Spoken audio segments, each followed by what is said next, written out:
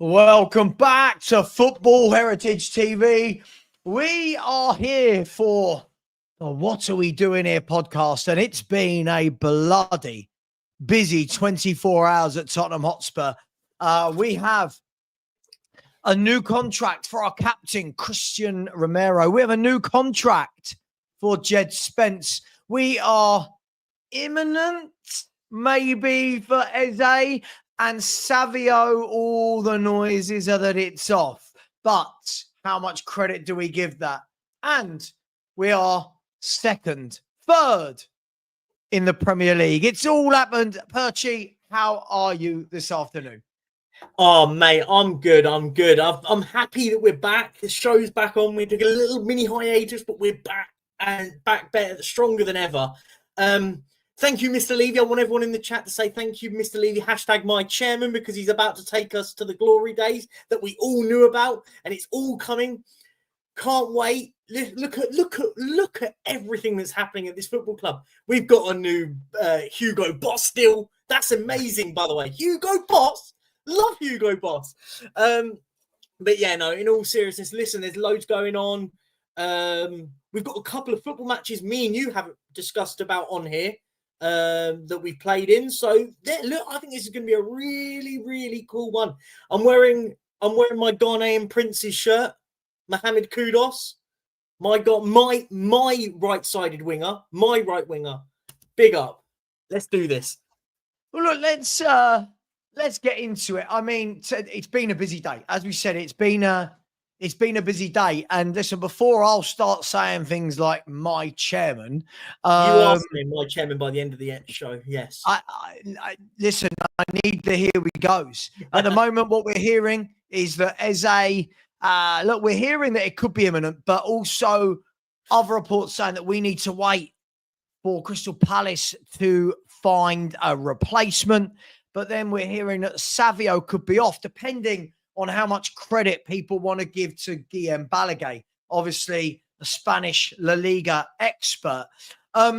Let's start with, I'll tell you what, before we do that, those two have been done to death. Let's start with the news we heard this afternoon. Christian Romero, he was given the captaincy last week, and he's then gone and signed a new contract, and there are reports saying that he's going to be the highest paid player at the club. I don't know. I can't confirm that yet. There are some reports suggesting that. What do you make of a 4-year deal for Romero until 2029? Well, look, it's almost like I predicted it. I don't like to be that guy to say I'm always right, but I'm probably right. I said, if he becomes captain, he will have a new contract. And in the space of, a week? It was... Yeah, just short of a week, wasn't it? Yeah, because he got given the armband on Wednesday before the PSG game, and he's been given a new contract. I think it made sense, right? Look, and you knew my thoughts. I stood by it and I stand by it. I said, I don't mind this guy being captain as long as he commits his future to the club. It goes both ways, right? Everyone kept going, we've got to prove to him. No. We've made him captain, so we've proven that we're going to put all the trust in him to lead the team, put the trust back into the club and sign a new deal. He's done that, so I'm very happy with it. Do you know what? I can't complain about that. It was my biggest issue with him. My biggest issue. Sign the contract. If you want to be here, if you love the club, sign the contract. He has. As far as I'm concerned, it puts that to bed now. Agreed. Now it's a time for him to stay fit, and I want to see some consistency this year. There's no excuse this year.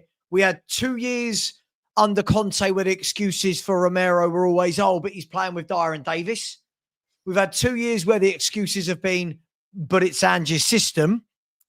Right? This year needs to be a big year, Perchy. That's fair to say, isn't it? Captain's armband, proper manager, good tactical setup. It's down to him to have a good year. And let's be fair, he didn't actually start off the season with a bang, did he? He was pretty poor the other day.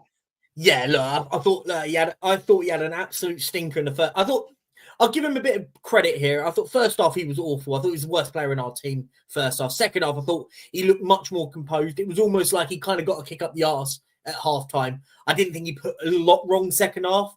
So I can't sort of bash him in the sense of the second half. But the first half, I thought he was... there were so many mistakes by him. But look, I'm not going to sort of. I'm not going to sort of sit on that and fester on that. It is what it is. Some players have an odd bad game. For me, it's about consistency. You know, I've always lived on that premise. For me, look, if you have an odd bad game, go and have 4 or 5 good games, and I go, cool. We don't talk about it.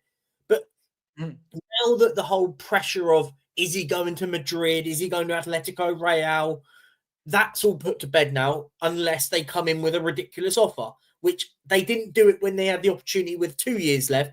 Are they going to do it when he's got 4 years on his contract? Probably not. So, look, it's done. I think this guy will now stay with us now. I don't see him going unless, as I say, a massive football club comes and pays over the odds. I don't see it happening. So, look, whether we like it or not, he will be the captain now for the next ice. I think he'll stay for 4 years. He'll probably make his move at the end of his contract and he'll go on to pastures new. But I think he'll be our captain for the next 4 years. And I think that's how it will be. I just don't see anyone else coming in and getting him at that stage. Yeah, just quickly, I'm just going to check. Lots of people saying the stream is buffering. So bear with me 1 second. I want to double check myself. I hate watching myself, but here we go. Let's have a look. The stream seems on around our end. If it is anything, it might be YouTube. I'll keep talking to just sort of so you can give it a bit of understanding on it. Yeah, lots of people saying the stream is crashing, which is... hang on, let's have a look. Yeah, I can't actually get the stream when I go onto YouTube. Some are saying it's fine. Some are saying it's crashing. There's a problem with YouTube. You can't take down this podcast. You can't try and do it, guys. You don't want to hear it, but it will happen. Look, if it's YouTube, unfortunately. Some are saying it's fine. Some are saying it's not. Hopefully it will mend itself. Let me see if I go onto YouTube and watch it. Hang on, here we go. Yeah, someone's saying it's YouTube. Blaming I don't know. I can get it absolutely fine on the computer. I don't know. Maybe if people are watching on their phone, stream's fine, Maybe. dead it. Right. So for some it's working, for some it's not. Nothing I can do, I'm afraid. I don't quite know. Yeah. Maybe it's a YouTube thing. Listen, we'll carry on. And sorry for anyone that's affected. I'll apologize on behalf of YouTube, but I do not have any control over YouTube. Look, yeah, listen, that's the thing for me now. We are now in a position where if anyone comes in, they're going to have to pay big, which is fine. That's how contracts should work. And the big thing for me is signing the contract and becoming captain. I was told that everyone would want to leave when Ange left. Spencer signed a new deal, right? Romero signed a new deal. All of the noise we're hearing out the club is that the players absolutely love Frank and they love what he's doing in training and they love what he's doing in games. I think everyone went a little bit early with the whole, oh my God, if we sack Ange, we're going to have a player revolt. Cough, cough, Matt Law for one. Oh, yeah, no, don't. I mean, it was ridiculous at the time. I said it at the time, it was ridiculous. People, unfortunately, and we have this conversation way too much, that fans put players in the same mindset as fans. Like, it doesn't work. It doesn't work like that. Players don't work like that. They don't care who the manager is. They do in the context of if it's going wrong. But let's be fair. If the players cared that much about Ange, they wouldn't have lost that many games. Let's be fair. They would have. Do you know what I mean? You don't lose that many games and go, oh, I love this guy. Like, listen, he won us a trophy. Thank you very much. But players don't work like that. Players don't work like fans do. That's the difference to me. Yeah, I always say this. Whenever I'm debating, I always say this, and I get in a lot of trouble for this, but I always say to people, there's a huge difference between talking like a fan and talking like a footballer. You know, we go, oh, but the manager thinks this. You don't know what the manager thinks, but the player thinks this. You don't know. You don't know what the player thinks. Players will have a grudge if it's a manager they don't want to work for, right? I.e., they worked with a manager before. It's not worked, yada, yada, yada. But listen, for me, I think the Romero thing, I mean, listen, it's great. He signed a contract. Let's see. Have that year. I want to see a year from him now where it's not this. I don't want to see this. Yeah. I want to see constant performances there. Show us. Constant sevens, not fours, then nines, fours, then nines, fours, then nines. Constant sevens. I can't begrudge a player. Look, I think the big thing is, the big thing about him signing a contract now we don't have to talk about it anymore. I think that for me is bigger than anything. It won't be a topic of conversation every 5 minutes. Is Romero going to sign a new deal? Are Atletico or Real Madrid going to sign him?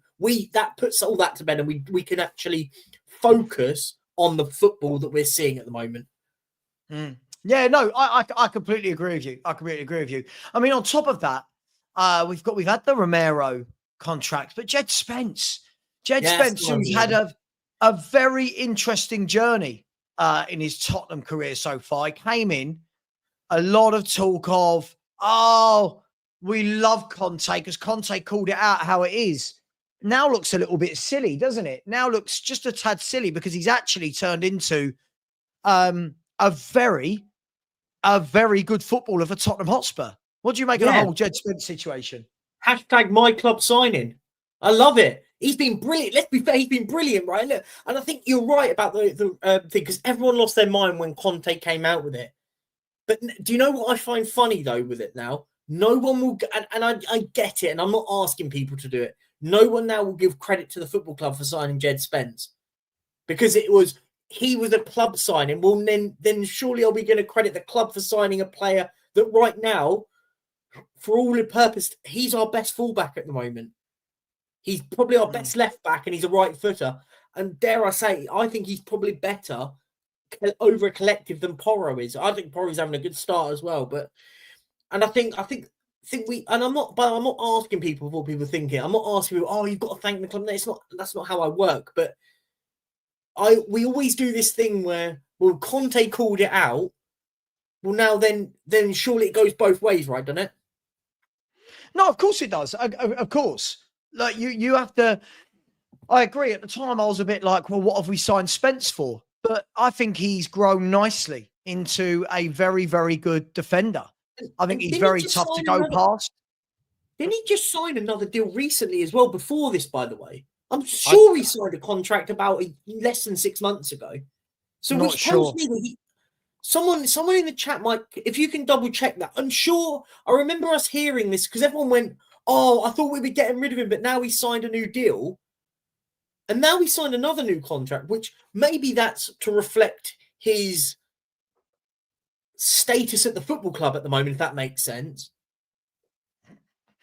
Oh, yeah. So just seeing more news from Sasha Cavalieri about the Eze deal. It just cracks me up, man. How long we take to get a deal done is sometimes quite frightening.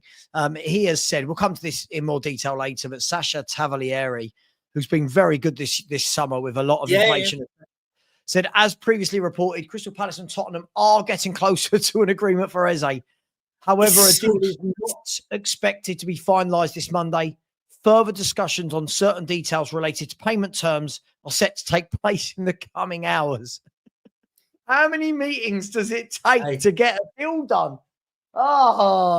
Anyway, we'll get to... Yeah, but I was going to say, cheers in the chat. Yeah, it was a Dogie. Sorry, not Spence. Cheers for that. Like I could have. There was definitely a fallback. I remember. Yeah, thanks in the chat for reminding me. Yeah. But yeah, guys, I'm so sorry. Some people are saying they can't see it. Some people are saying they can. When I'm logging onto YouTube, I can see it absolutely fine. I can see it fine. I don't know whether or not people need to log out, log in. I do apologize. Not really a lot I can do. But I did see the numbers were down on my normal viewing. So I do think there's something not quite right. But if you can't watch it back a bit later after the Spurs 5. How about that one? Fair enough.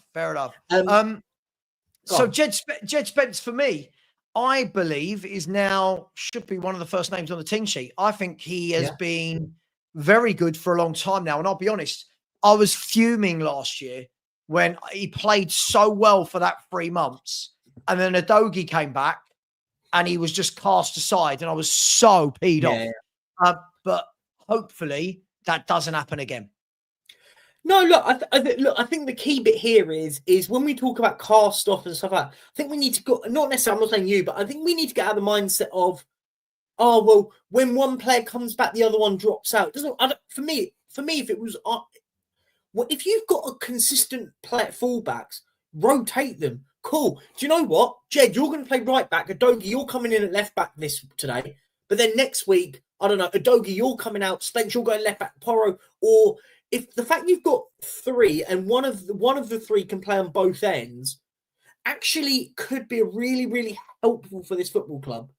Because especially if Spence can play a lot on the left, a lot on the right this season, I think you're going to start seeing a lot more of Spence used on both ends, allowing Porro maybe not to play a game. Adogi, you're holding bench today, vice versa and stuff. And Spence, today you're holding bench because I want you playing midweek against insert Champions League team. So rotating these fullbacks is going to be crucial. And they're so important in this system, by the way. They are so important in the system. So rotating is key this year. Yeah, I think that goes for everywhere. I think that's centre half as well. I think we know Van der Ven and Romero can't play 55, 60 games a season. So I think it's going to be really important, the part that Danso plays in the club. That probably looks like why they're looking to bring in another centre half. Guys in the chat, everyone, you don't have to keep telling me about the buffering and the stream not working. Honestly, let's try and get some football chat going in there, guys, because otherwise it's just you're all telling me something. Do realise when I'm live, I can't do anything about it. And it is YouTube, apparently. It's not my show. It wouldn't just be my YouTube show. But look, yeah, Spence, Romero, both signing contracts. Positive day on that front. And we should move. Let's be fair. We should move on to. I don't really care about the Hugo Boss deal. I'll be honest. I don't know if you. I don't care. I'm only winding up on that one. Yeah, I don't care. I just don't care about the Hugo Boss deal. I can't be a hypocrite. I've always said in the past, I don't care. Do those deals, but I don't care if you announce them. It doesn't affect me as a football fan. Let's move on to all the news this morning from the likes of Romano, Ben Jacobs, Sasha Tavolieri, the likes. It was all Mike McGrath saying that Eze said that they've been in talks today, face to face. And then what we're hearing tonight is it's still not done. What on earth could be taking this long? Like, I feel like we're both chairmen making a mountain out of a molehill here. What can be that difficult at this stage? I think it's simple. I think it's done. I'm going to tell you that. I'm going to put Ryan a limit. I think Eze's done. I think this all hinges on how quickly Palace get El Kanous in. Your winger, by the way, that you love so much, could be the reason we get Eze, by the way. You didn't want El Kanous at Tottenham, and he could be going to Palace. Could be the reason Eze comes to Palace. I think that he's not coming to Tottenham. That should be the food chain. That's when I said the other week. When I said the other week, I don't want El Kanous, and everyone, you don't know a player. No. Get me El Kanous in a couple of years when he's progressed. Right now, it should be El Kanous to Palace, Eze to Spurs. That should be the food chain of football transfers for me. So are you saying that we're going to sign El Kanous in about 4 years' time? Is that how it's going to work? See how he develops. I get your point. See how he develops. Listen, I've never said he's not a good footballer, El Kanous, but for me, again, Crystal Palace, they're in the Conference League. Even if they weren't, that's the player they can go and get. We should not be going and getting players like El Kanous. That's the level that the bottom half Premier League clubs go and get. Look, I get your point. I agree. I think for me, I think the Eze deal is done, and I think everyone is losing their marbles. It's not done. Like everyone wants everything immediately. This sort of dopamine that they want it all. I'll be honest. I think I'm going to disagree with you here, mate. When you say everyone wants it immediately, the season started, mate. No. The season started. That's why people are annoyed. You're missing my point. I get that part. Park that for a second. I'm talking about we've got all the news now, and everyone just wants to hear the 3 words that Romano posts. Then we can all calm it, right? For me, I think Eze's done in principle, but Palace are saying we will only sanction the move once we've signed someone. That's completely my opinion on it, because it's all about the here and now. I get your point about we should have get it earlier, but you know my stance on Eze and my theory why Eze is only happening now and not 2 months ago. I think that the player or the club either side have said, look, I want you in the Community Shield. Yeah. And I get it. and equally, nobody else is paying the release clause. So there's got to be a reason for that. I think that's partly on where it is. And when people use the Morgan Gibbs White thing, that's a different saga that hasn't happened because of other factors. I think when we're using Morgan Gibbs White as the barometer, doesn't very much happen in world football much when something like this happens. When did we ever see it, right? I get why people are skeptical, but look, I think Eze's done. I genuinely think Eze is done. For me, it's just about when and not if. I think for me, what I would say with Eze, and I'll say this, for me, I hope it's done before Man City, because I'd like to see him starting against Manchester City and that being his first game. I think it's going to be when Palace get El Canoes over the line. I agree. And by the way, we might hear before El Canoes is announced, but I will be surprised if the moment we announce Eze, within the next day, El Canoes is announced at Crystal Palace.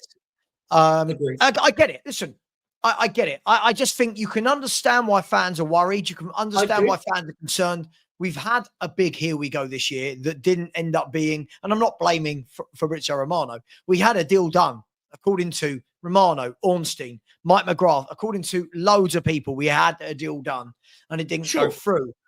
And I think lots of people are saying, okay, well, what is taking so long? I get it, right? You've got Steve Parish and you've got Daniel Levy, who are both a pain in the arse. I think they've got massive reputations for being difficult to deal with. So I understand it's not going to be like that. But at this stage, when you hear that the two chairmen are meeting for you sit and go to yourself, well, if it's not waiting on the announcement of a player, what could it Say be? the line. Because we don't know, right? That's where I think we get frustrated as fans, because we don't know. Right. But I agree. But isn't that kind of part of what I'm trying to say, in the sense of this sort of dopamine of we need to have information all the time? You're right. I think because we don't know the ins and outs, and then, for example, the other day, I can't remember whatever day it was. The other day it was, oh, Matty, I don't have to school you even more. It's fine. Matty, if you want to come on, Matty, if you want to get schooled, you're out of it. Do you know what? I will give them credit, right? Like, Matty, when you're saying Enoch out, Levy out, I think you're going really early, right? Way too early. So far this window. Listen, am I frustrated it's not done quicker? Absolutely. But, and here's where I use the common sense. If I take away my emotions as a football fan and try and apply a bit of logic from looking on the outside in, Daniel Levy and Enoch, Matty, have got rid of a manager they didn't want at the cost of 7 million. Right? That's a lot of money to pay out. They've gone and got the coach and the coaching staff they wanted for 10 million. That's not easy to do, right? You know, he's the second most expensive manager, that is, by the way, in the Premier League. So they've gone and got that done, Matty. They've then gone and got Kudus. They've then gone and got Paulinho on loan. Now, here's the moment that's going to tell you how good it's been, or was it a smokescreen? And that's not poetry, by the way. If they go and get Eze now, and you go Eze, Kudus, Paulinho. Hang on, I'm going to see. Eze, Kudus, Paulinho as a free. Now, we can talk about others in a minute. Mm-hmm. That plus 6 or 7 coaching staff, plus a manager, right?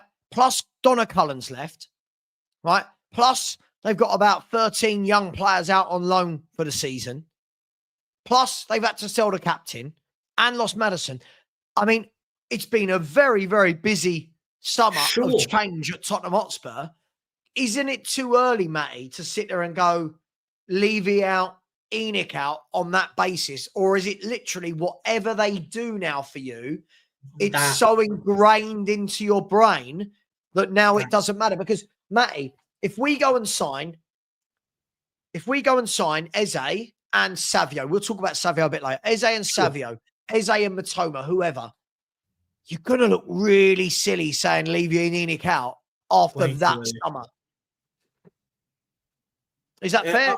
Mate, Mate, no, you're spot on, and I stand by it. Look, it's almost nothing will do, right? Because it will move on to the next bit with the whole Levy out thing. Because the next one will be, oh well, we didn't get Eze 2 months ago.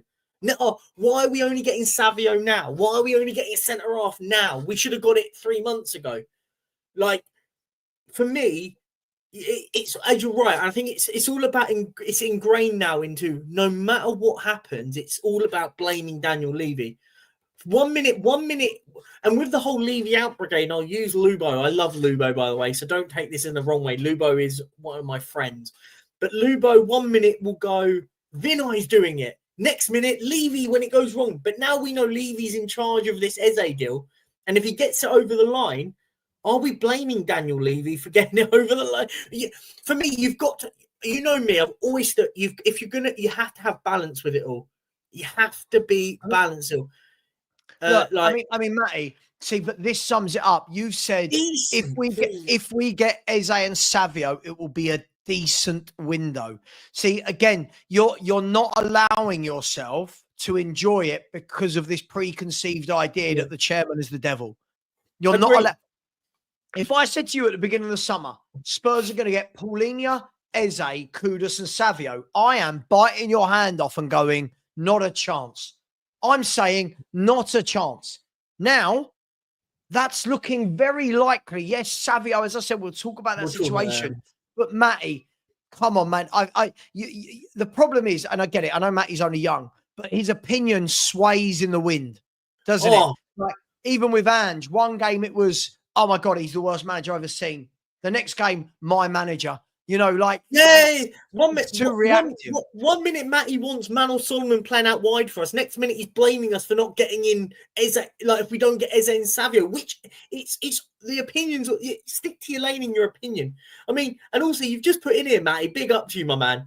You just said if we had a better squad, we'd have beaten PSG in the Super Cup. We lost on penalties to the best team in the fucking world. What are we doing here? They're the best team in the world right now. Come on, man. It's listen, don't get me wrong. As you know, I've got my axe to grind with Levy. We all do. I've got my axe to grind with the way the club is run. And I'll say the same thing I've said. This is where they've got to prove it.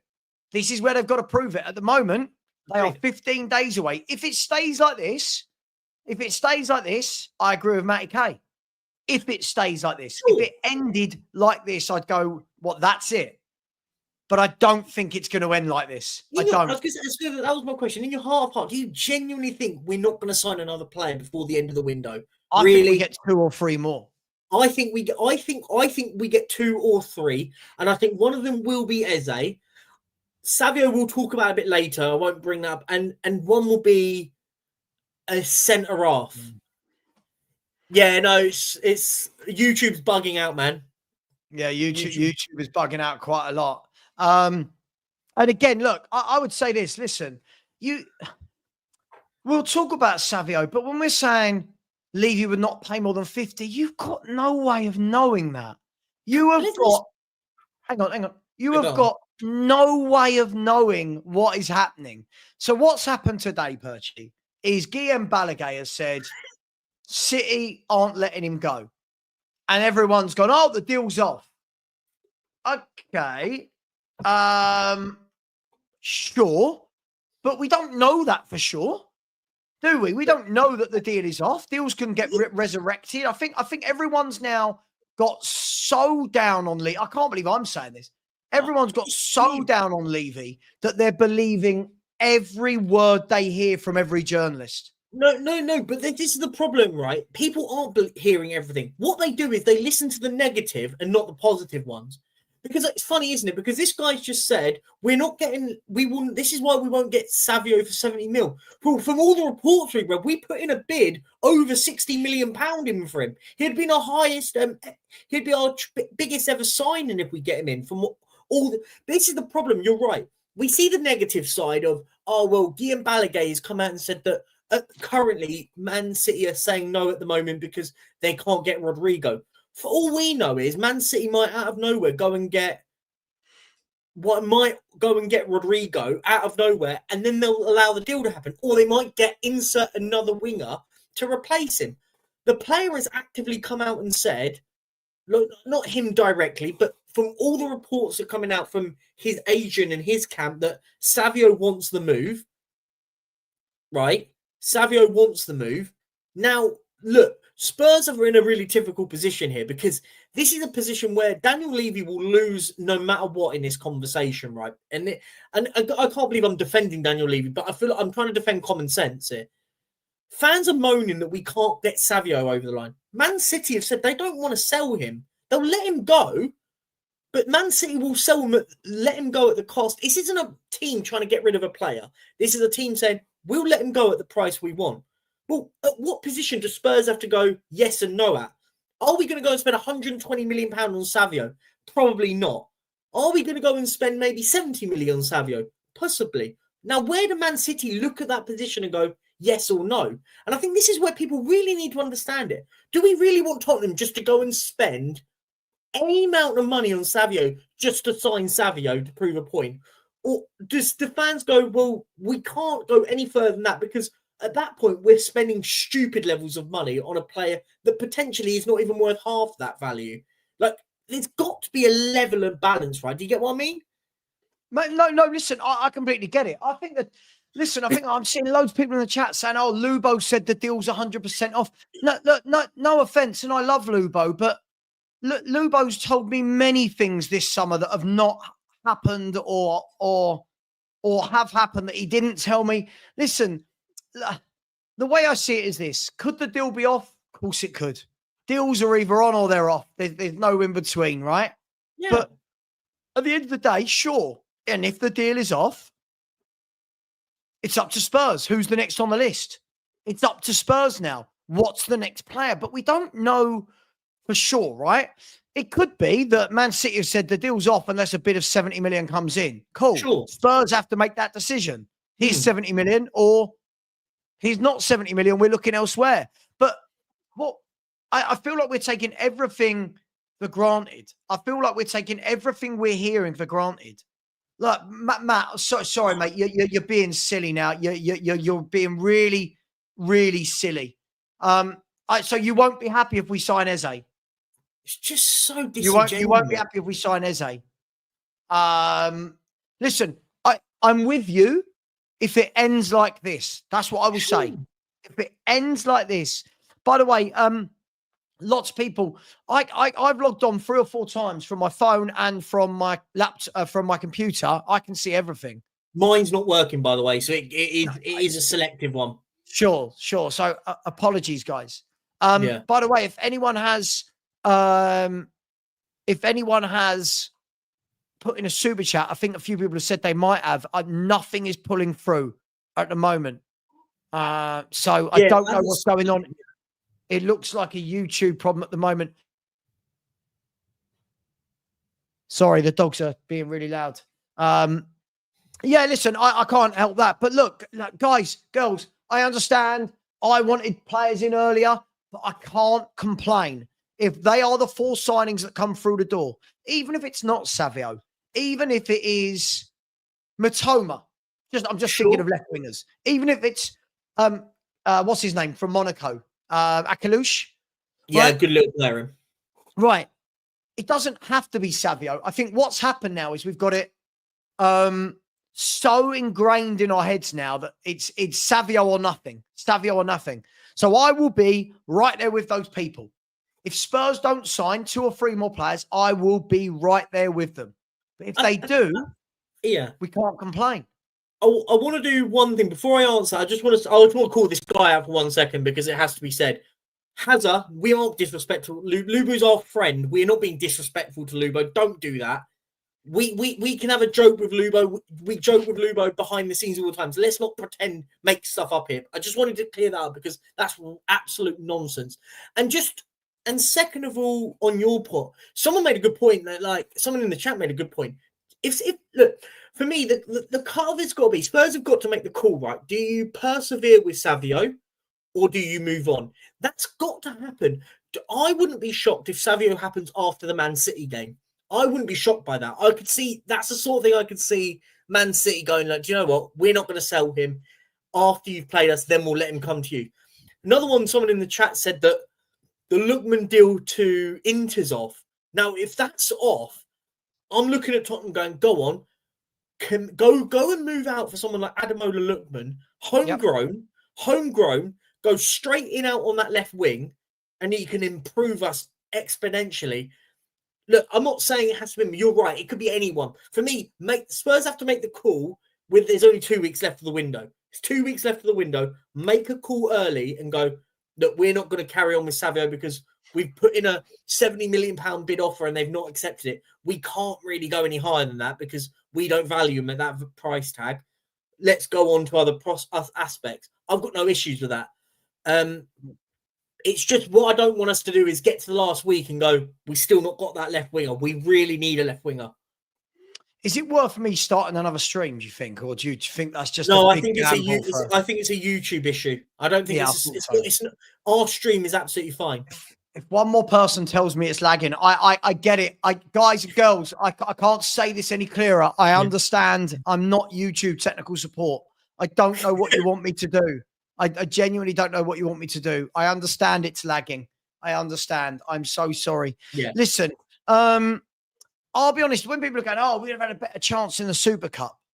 I mean, look, is it the be all and end all?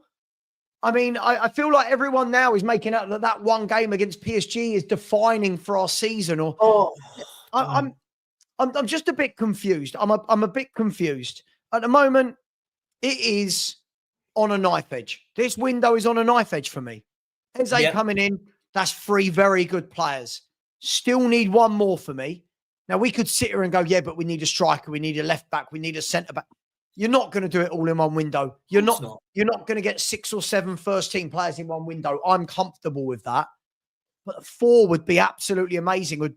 If we get Eze and Savio stroke another winger that's good, that would be our best window I can remember. Oh, 100%. Like, I think it almost look at it and go, we've improved. We've ticked off almost our whole attacking line if we go and get Eze and Savio in, or another left winger, right? Or another left winger. So what more do people want? Like, I know people all of a sudden want us to go and get all of these players out of nowhere, but it doesn't work like that. It just doesn't work like that. And unfortunately, Sean, I was toying with the idea of starting a new stream, but I've got a feeling that even if I set up a new stream and redirect, etc., I've got a feeling that it's YouTube. I don't think it's anything to do with me. We can try it. Or Sean, do you want to just come on and we can finish off another hour? We can try it. We can try it, but I don't know if it's going to actually do anything. It will just do the same thing, by the way. YouTube, it's a YouTube issue, not a StreamYard issue.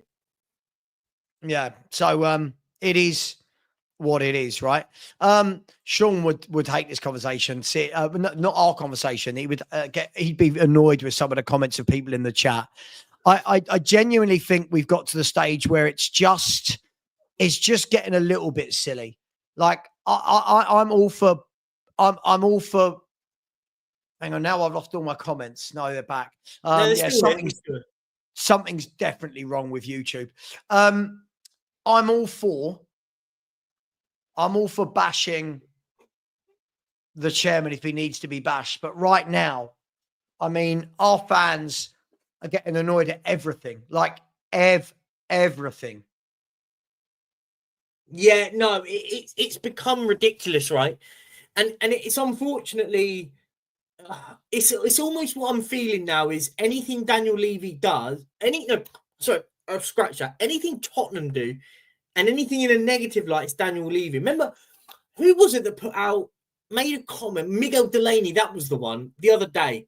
Oh, it may not happen, blah blah blah, because they're still on the way, and all of them. There you go, Daniel Levy's doing it again. We don't know what the complications were. It could have been, and I said this to you, and I said it could have been as simple as, oh, well, Spurs want 6 installments, and Palace want 4 instalments. That could be the difficulty. But unfortunately, what happens is, I go back to the whole dopamine thing about we need everything. We need all the information. And because one person says something, all of a sudden it's off, the deal's off, because Daniel Levy's so cheap. And he's about to put £60 million on a table for a player that every single fan wanted. And it's just silly. Like, I can't blame that side of it. I get annoyed when we sit there and we're dillying onto a transfer window X, Y, and Z, and we're not seeing stuff. But for me, I want to go back to teletext days. You know me, I've had this conversation. I want to go back to teletext days because you don't have the concept. You probably don't, being a YouTuber, a full-time YouTuber, you need all the rumors because it keeps, you can talk about stuff. But I just think it gets way too crazy at the moment that we see one thing. We've already made an opinion in our minds on why that's happened without knowing the full extent of the details. Scott, no offense. I love you, dude, but you are the most negative human being I have ever seen. Bearing in mind, I get called negative. Scott, you found issue with beating Burnley 3-0. Like, you find issue with everything. No one said signing Eze does, but sorry, you can't change the last 25 years. We're coming off the back, but pause. We're coming into this season off the back of winning the Europa League, right? We signed Paulinho. We've signed Kudus. We signed Eze as well. It's not about erasing the 25. Why do we care? It's about what are we doing for season 25-26? What is it that he could do to erase 25 years for you? Bearing in mind, I'm not his biggest fan, but what's happened is people have gone so far the other way that now it's just getting silly. It's ridiculous. All getting a little bit silly. You've got a manager who's come in who's sorting out a lot from top to bottom. Yeah? Sorting out a lot from top to bottom. I'll be with you guys. I can't keep saying it. I'll be with you guys if the window shuts and it ends like this. If it ends like this and all we've done is buying a DM and a right winger, I'm with you. I am 100% with you. But we will make deals in the last couple of weeks. Of course we will. And Daniel Levy's doing right now, he's doing what we all asked him to. Right? We all asked him, go and get an Eze. He's trying to go and get an Eze. Right? Maybe they shouldn't have let us know that Savio was an option because now it's made people go it's made people go mad. I agree. We get the, do you know what's amazing, right? And I watched this clear as day happen, and it was almost incredible, right? I heard we got linked to Savio, and we got linked to him quite. If I'm right, I said it was late at night, wasn't it? Because I think I woke up to it, and immediately I'm seeing Spurs won't get over the line. Why is he not done now? No, I've only literally just heard the news, and in the space of 6 hours, you're going, why is he not done? It's like people don't understand how football works and transfers work. Like, we're talking about a player that Man City are happy to keep a hold of. So you're not sitting there. It's not like a player that is demanding to leave, and it's just it gets beyond silliness. And I'm all for. Sean makes a really good point when he says it. Sean makes a great point. You've got to grow up, dude. You're not listening, are you? Listen to what I said, Matty. He's going out there. What if he brings back Eze as well? Savio. And then what we doing? Like what we can't jump the gun all the time, and this is so ridiculous. So Daniel Levy is doing what he's doing. What he's at the moment in a negotiation to bring in an attacking midfielder that every single one of our fans has said, "I'd love Eze at our club." How can you not be? Even if it doesn't happen, like, look, let's just say hypothetically it doesn't happen, and we'll all be fuming if it doesn't happen or annoyed. Why can't we even be in a moment going optimistic, going, do you know what? We wouldn't be at this stage of a negotiation and then it doesn't, like, do you know what I mean? We wouldn't be at this level of it. The player said he wants to join. Palace, it looks like, are about to get El Canoes. Like, if it doesn't happen, it doesn't happen. But why are we've got this mindset that everything goes wrong at this football club. It doesn't all go wrong. Yes, stuff doesn't go well, but we get on with it. Like I just think it's become. I've got no reason, unless there's rational understanding and logic behind your argument, then I'm happy to sit there and back anyone's opinion. Sean says this all the time, right? I've got no issues with people's logic come into it, but give me logic into it. A little bit of media advice. I turned off as soon as he said a little bit of media advice. If you don't like it, switch off, mate. If you don't like it, Cheers, switch mate. off. I'm not here on my own YouTube channel to be told by you, someone without a name and a picture, about my punctuation. But thank you anyway. Right? Cheers right? for that. Right? God, people are how stupid are people? The human race is getting worse and worse. Honestly, I know I'm going to watch a free YouTube channel and then I'm going to criticize absolutely everything about it as though I've paid for it. Jokers, man. Jokers. Oh. Matty wants to know, what has changed your mind so much since last season when we were standing at the protest together? Okay. Point one. I've come to the realization that the protests have kind of proven pointless, right? Look, I said I'd go. I only went at the theory of, do you know what? Let's see how it goes. Why have I changed my mind? I haven't changed my mind on Daniel Levy. From what I have is all about logic. I think a lot of people, and do you know what? A lot of people's opinions have just become so divisive. But for me, it almost becomes redundant. I haven't changed my mind. I haven't got my changed my mind on Daniel Levy. I still think he's taken us to the level. For me, I'm at the position where I don't sit there and go, everything that is wrong at the football club is blaming on Daniel Levy.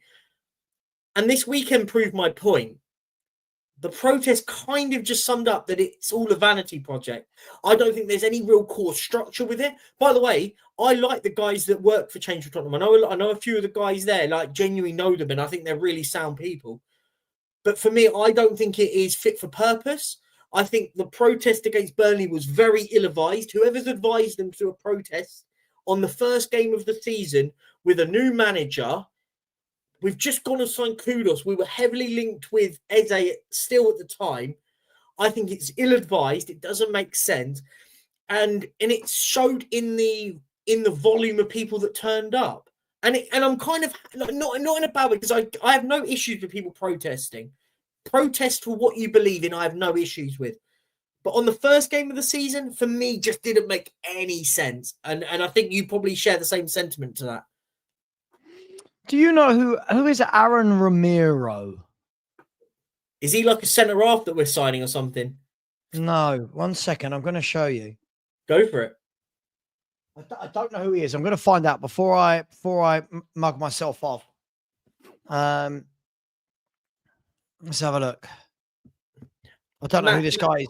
So he's an independent football journalist that has said Crystal Palace have secured a breakthrough agreement with Leicester City to sign Moroccan midfielder El Khanous for a 25 million base fee with additional 3 million add-ons. I don't know how reliable he is. I don't know anything, but I've got a feeling the moment we see that for real from a proper journalist, sorry, not knocking him, but from one of the bigger journalists. When the Romanos and the Ornsteins start talking about it, then we might look. And I'm not shocked. I think that's about the right price for El Khanous. I think that good business on both ends. I think Palace could. Sorry, God, no. Sorry, I'm going to change subject. So no, I was just saying, I think that works for Palace. I think Palace would take that as a price tag, and I think Leicester would accept that. That makes complete sense. So I think that for me works perfect for both parties, and it works for us. Look, they get El Khanous, we go and get Eze. Job done, and I think it will start seeing it. The fruits of it will happen. The interesting thing for me, when I try and take a step back from my emotion of Levy and Enoch and get out all of this kind of stuff, I try and look at what's happened and what have we asked for. What have we asked for as fans? Now, where I think people like Matty Kay, and for example, they ask for change. When they start seeing change, they don't want to let it happen. Yes. Now, I understand that there has been a lot of false dawns. Of course, I'm not stupid. I think I've calmed down with the whole Levy Enoch out thing over the last few years, because you start to realize that it is what it is, and it's a £4 billion business. Now, people like Matty K, they wanted Ange out, right? Oh, now I'm so conscious of saying the word right because of that idiot in my chat. No, don't worry about it. It's just a moron, man. Forget about it. We move. So, right. So he's been moved on. We wanted a coach. We got a coach in. We wanted a coach that was able to bring all his own coaching staff with him. We got that in. We've all wanted a number 6. We've got that in. We wanted a winger that can beat his man and assist and has got skill and will light up the lane. We've got that in. Everyone, every man, woman, and dog in this fan base wants Eze. We're getting that in. All of these steps that are being made, right? Oh, fuck, you know, all of these steps that are being made moving forward are what these people asked for, including me, Perchy, including me. Yeah. But when we see them, it's not enough. Exactly. Now, I can't say it again, I'm going to be frustrated if the window ends like this. But as it stands, the window isn't going to end like this. If you get Eze and another top winger, we are looking at a £250 million plus transfer window. But still, people want to protest and try. I'm confused as to people. I don't want to belittle Matty K because he's young, but like these people don't seem to know what is it that you want. What do you want? What were the other things that were also mentioned in this? Signing ready-made players. Well, Kudos is a ready-made player. Paulini is a ready-made player. Eze will be a ready-made player when he joins us. What was the other one? We don't want us spending loads and loads of money. Danzo's a ready-made player. Danzo was a ready-made player. But equally, the other one was about spending. Oh, well, we spend loads of money, but it's all on loads and loads of kids. Eze's 27. Kudos is 25. Paulini is 29. Like, Danzo is 24 when we signed him. Like, we're not just sitting there buying kids now. We're buying ready-made players, which is everything that you and I have been asking for months. Stop buying loads and loads of kids. Like, I think at what point do you sort of go, do you know what? I want to see how it goes. Look, I have no issues if people want to protest and people are angry and go, cool, I have no issues with that. But the problem is your opinion and your narrative dilutes when everything that you've asked for the last 12 months, 18 months is slowly and surely happening, but you're still going to go, no, I'm going to protest. Why? What's your next?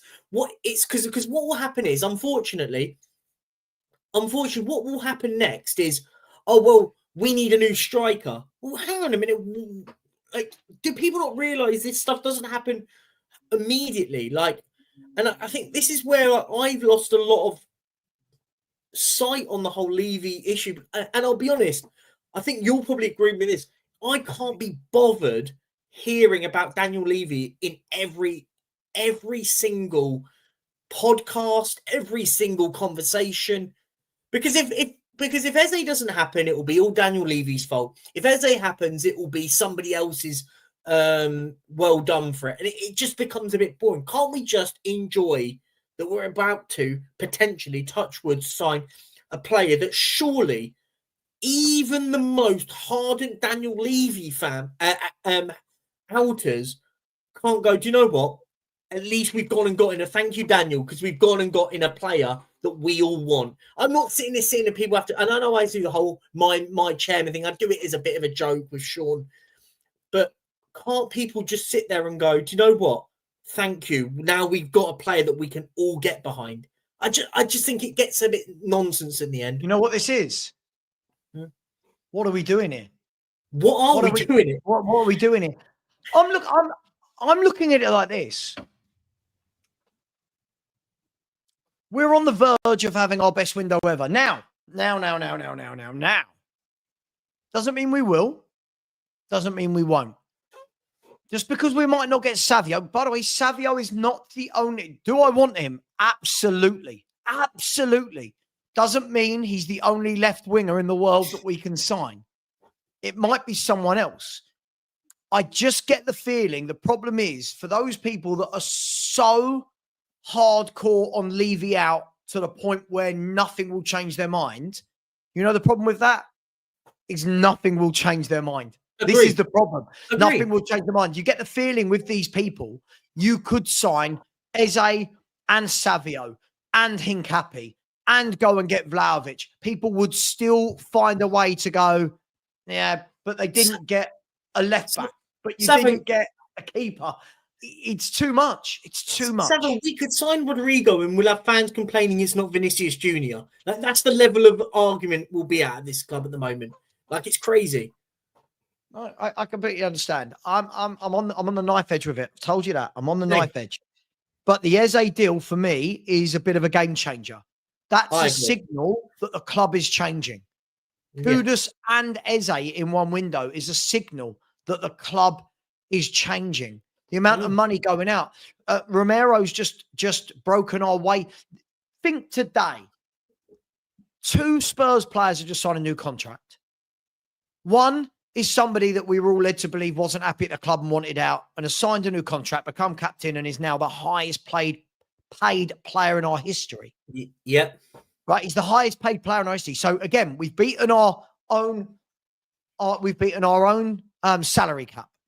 You've got the day where Daniel Levy is actually face to face with Steve Parish to negotiate to get Eze to our club. I just feel that at some point, and this is where I started getting bored of it in the last year. People call me a flip-flop. I'm not. I quite happily see new owners, Perchy. Quite happily, right? I've got my bug to bear with Levy. But aren't we getting a little bit bored now that we can never, ever be happy about anything? Surely on this day, we should be excited for Eze rather than, oh, but Savio's off. Like, I mean, first of all, you don't know that. Second of all, if it is, cool. Lang, Paratici, what next? Agreed. What next? Still fall through. What next? And for all those saying Spurs just get it done, you hit the nail on the head earlier in the show, Perchy. I don't like giving you credit. So as my man Box Office says, don't get used to it. We don't know that Spurs haven't turned around and said 70 million and they've turned around and gone, no, only if we can get Rodrigo. And if that's the case, you go, well, what can we do? What more can you do as a football club? I get that. But now people have created this narrative. We only offered 50. How does anyone know that? No one has any idea of that. Anyone know that? So, yeah, I'm just a bit miffed. miffed. I agree. I just think, look, I didn't really think we were going to have a Levy conversation in this this show, which, you know, my opinions. I just think it becomes so divisive. Look, Savio could happen. Eze, for me, I think will happen. I think Savio is the one which I'm going, look, I think it will be very much dependent on what Man City do. If Man City go, if Savio is his name, Savinho is his name that was given to him when he moved to England. But anyway, I just think it's become, look, it's all become a little bit so brave in the chat. This boy is getting so brave in the chat. Wait, I mean, do you hear, like, Alex, you complain about everything every day. I see you in every chat room, every single chat room. I just think it's ridiculous. I think the whole thing has become absolutely ridiculous. And look, I don't know how, whatever you want to say. Look, if you think everyone, look at everyone's reaction. Just look at the reaction from people the second that news came out that there's complications in the Eze deal. Everyone lost their collective marbles. There you go. Daniel Levy's done it again. As I always say, you have no idea what the complications were. As I said, it could be very, very simple. And the fact is Daniel Levy is gone to sit with Parish this afternoon or today, whatever time, to sort this out and get it done. And I think what people don't realise, forget what you hear in the media.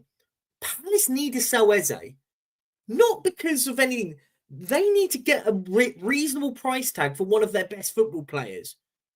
I think people always talk about ourselves and don't think about the other end. This is a player with 2 years left on his contract. He doesn't go. They lose his whole thing is slashed in half. His value is slashed in half when he's got 1 year left on his contract, can negotiate a deal with outside of England within 6 months of that. So I think them getting 60 plus mil for him, I just think it's mad. Matty, I said, come on, man. I invited you onto the show today and you bottled it, by the way. You bottled it. So let's not act brave in the chat when you bottled coming on today. Let's just say that. Matty, feel free to come on right now and tell us. If you're gonna, don't bottle it. That's what I say. Like if you want to give it the loudest, I don't mind, mate. I've got a lot of time for you. I've got a lot of respect for you. But if you're gonna bottle it, Matt Law has just confirmed that that Romero is our highest ever wage earner. So Matt Law. Daniel Levy paying Romero a highest transfer fee when everyone's saying about up and up. I love it. I love it. Danny, for me, right? I've said this on two different ways, Danny. Feel free. If you want to come on, Danny, for the last 50 minutes, you're more than welcome to join us.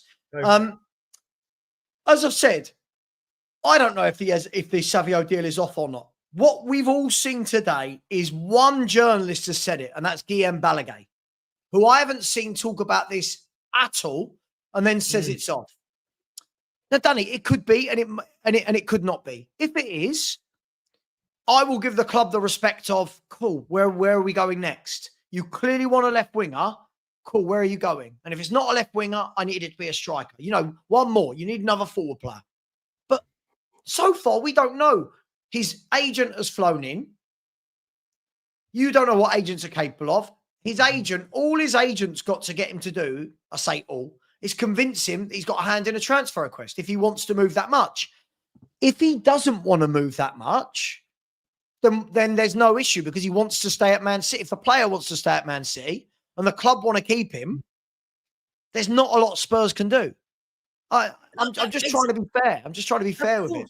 Look, I think the thing is this is the problem, right? Is when we almost, and I started about this conversation about all this is all about too much information. Let's be fair with it, right?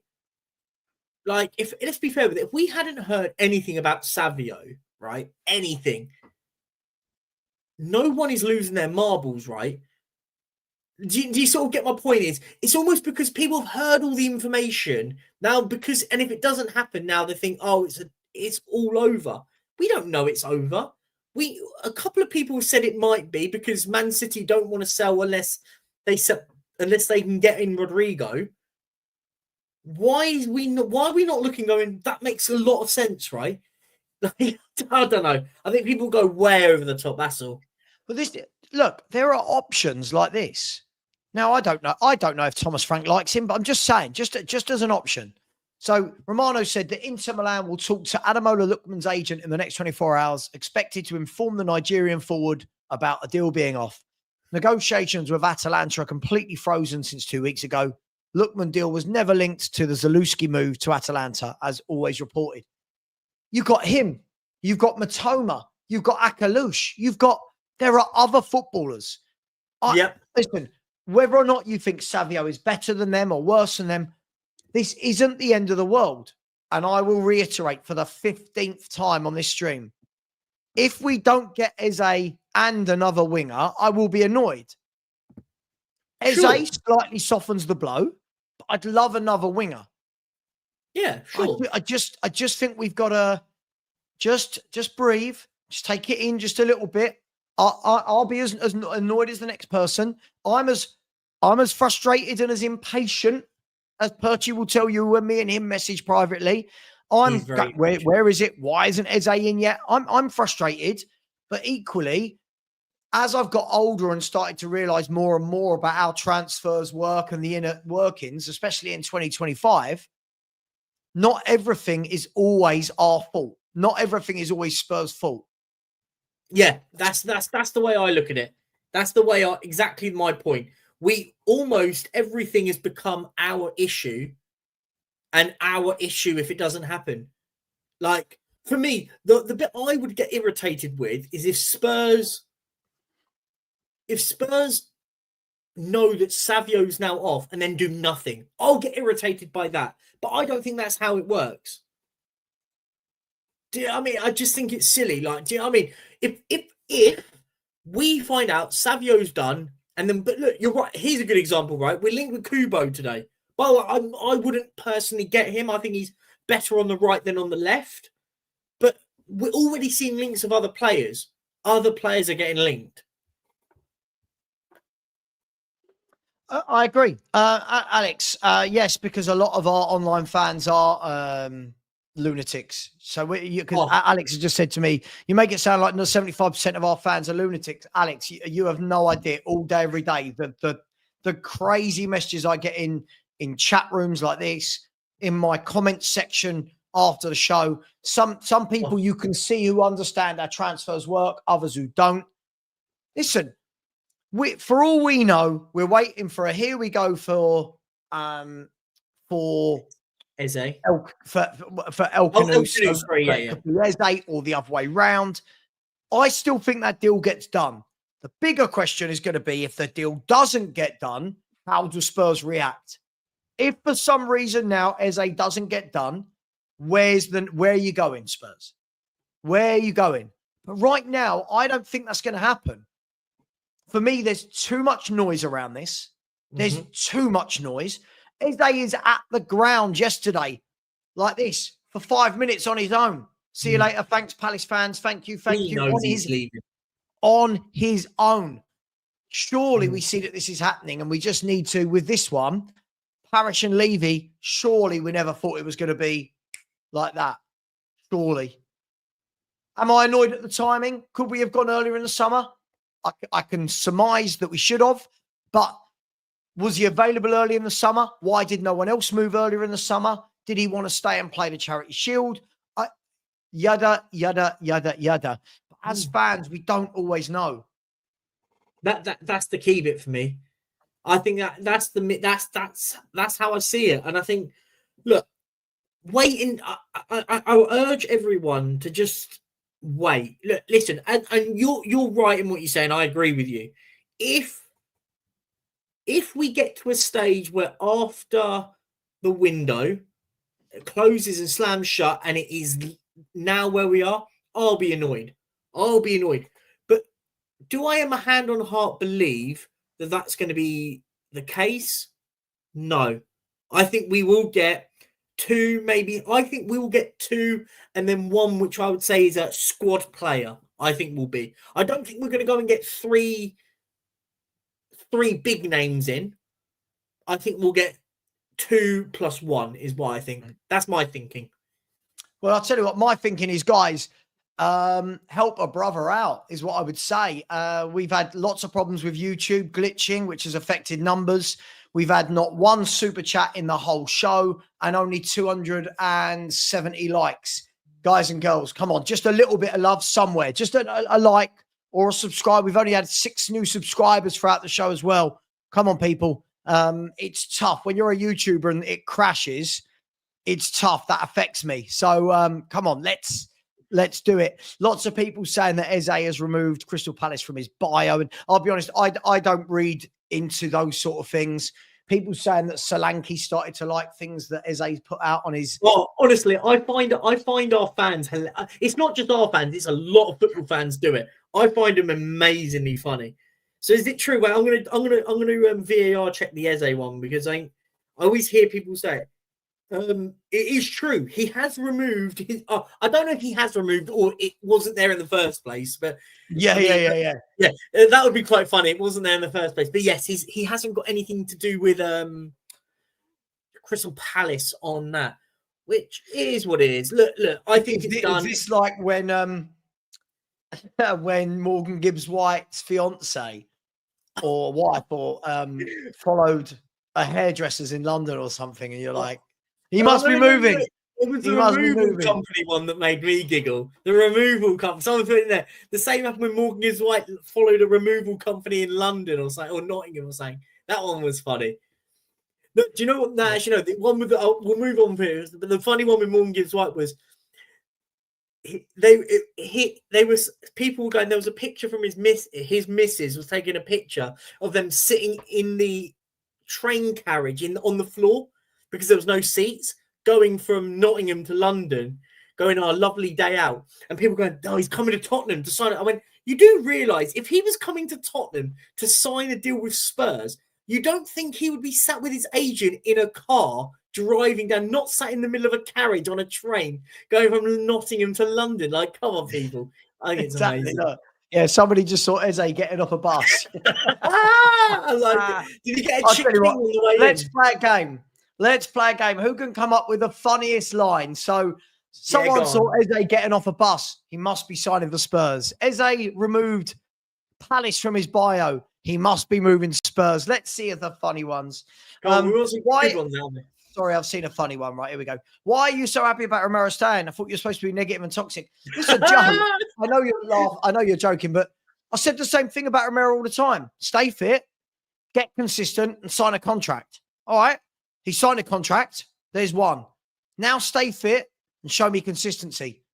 Let's go to some super chats. I mean, guys, when I said where's the generosity, I was meaning more about the likes and the subscribers. I wasn't asking you to send money, but very, very, very generous.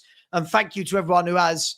If we can get the subscribers, that would be amazing. And then I'll come to your pause, and then I will get around to your super to the Eze comments in a minute. I'm learning, Perchy. I'm learning.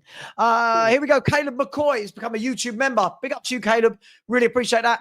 Look out for the channel member only shows. There will be one this week. I'm just not sure when. I don't plan them in advance. We just kind of have a pop-up show, and if people can make it, they can. Big up to you, Matty K. Matty K. Don't you need to save this money for your protests? And were you at the protest on Saturday, Matty? He was. He did confirm he was at the protest. He also confirmed there was only 20 people there. Mate, as I said before, I'm not knocking anyone that does it, and I get told I am, but trying to protest the very next month after winning the Europa League is utter craziness. But hey, big up, Matty. Thank you very much. Big up. Here's a super chat. Listen, Daniel, thank you. You guys didn't have to do this. I was talking more about likes and subscribers that are free, but thank you very much. Really appreciate that. The link to subscribers in the chat. Dan, you're a good man. Thank you very much, my man. Thank you. Appreciate that. Big up to Soundboy, who said love from California. Love right back at you to a very overcast South London right now. It's got the potential to piss down with rain any minute. Big up to you. Thank you very much, Soundboy. Big up to Stan 2310. Love that. Big up to you. I don't think I've seen you in here before, so welcome. Thank you. Maybe you have, but just with a different name. Thank you very much for the super sticker. Really appreciate the super sticker train. Thank you very much. George, always very generous. My man, George. Thank you very much, George. One of my main moderators and a channel member, and always part of the super sticker train. Thank you very much, George. We appreciate that. Sean Brown, he's on the super sticker train. Always very generous over the years. Thank you very much as well. Really appreciate that. Another super sticker from D&B Forever, who's always, I think he's been with me since day one, if I'm honest. So thank you. Really appreciate that, my man. Really appreciate that. Another new member, Chris C. Toronto. Where are you from, Chris? Big up to you. Thank you for becoming a YouTube member. As I said, watch out for the channel member only shows where you see me a little bit more relaxed because we're not live. I'm not fighting trolls in the chat, and we just talk and say whatever we want and slag. We slag people like Perchy off because they've got no way of seeing the footage. So actually, Perchy would be able to. Actually, wouldn't you? Perchy would, yeah. Perchy has got access to my StreamYard, so he can see footage even if I delete it.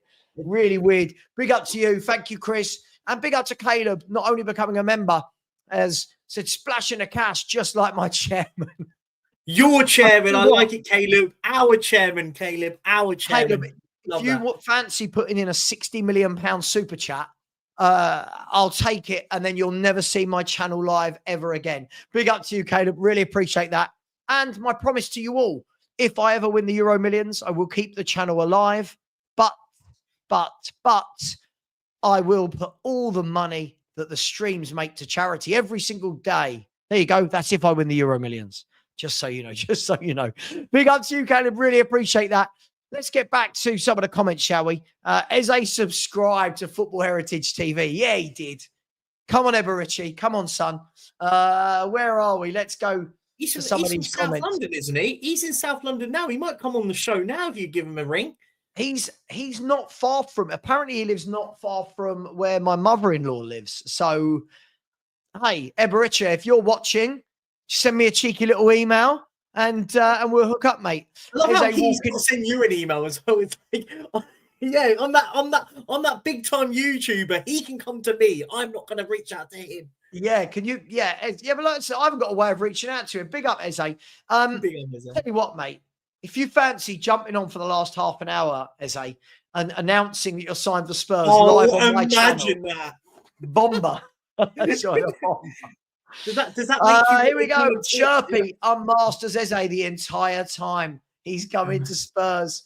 Just saw Eze come out of the Formula One track under the stadium. Eze walking his dog in North London. Eze follows Mickey van der Ven. He must be Eze. Oh, God. Eze just bought me. Sorry, mate. I've just seen Eze do a lap on the e-karting track. Oh, Jesus Christ.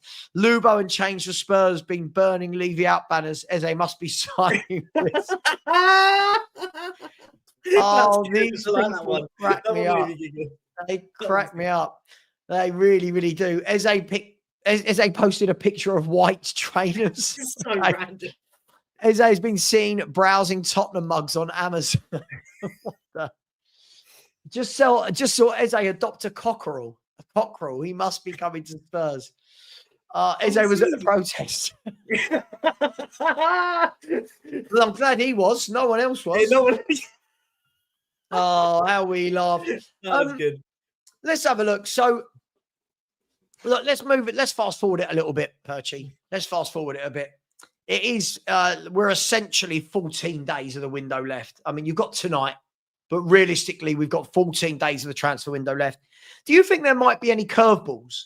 You know, because as fans, we really concentrate on the names we've been given, don't we?